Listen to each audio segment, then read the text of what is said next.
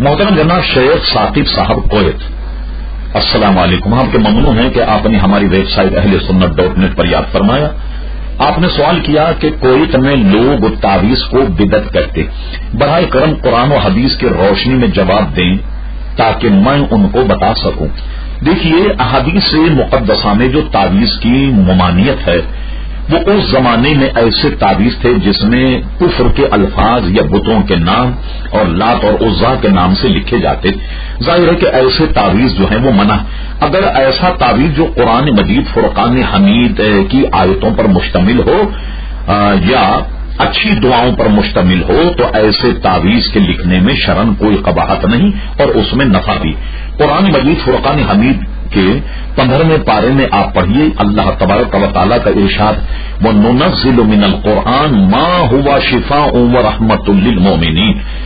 ارشاد باری تعالیٰ وہ ہمارے نازل کی ہوئے قرآن میں مومنین کے لیے شفا اور رحمت ہے. تو ظاہر ہے کہ جب قرآن مجید فرقان حمید میں شفا ہے تو معلوم ہوا وہ امراض کے لیے شفا. اگر قرآن مجید فرقان حمید کی آیت کو زعفران سے لکھ کر مریض کو پلایا جائے تو مریض کو افاقہ ہوتا ہے. اور احادیث مقدسہ میں جن تعویذ کی برائی ہے وہ گویا کفریات پر جو مبنی ہے تعویذ، وہ ان کی ممانعت.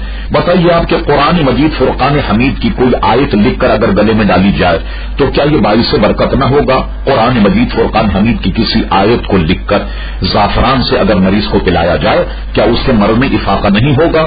اگر نہیں ہوگا اور یہ بدعت ہے تو پھر کیا جواب ہوگا اس کا؟ وَنُنَزِّلُ مِنَ الْقُرْآنِ مَا هُوَ شِفَاءٌ وَرَحْمَةٌ لِّلْمُؤْمِنِينَ.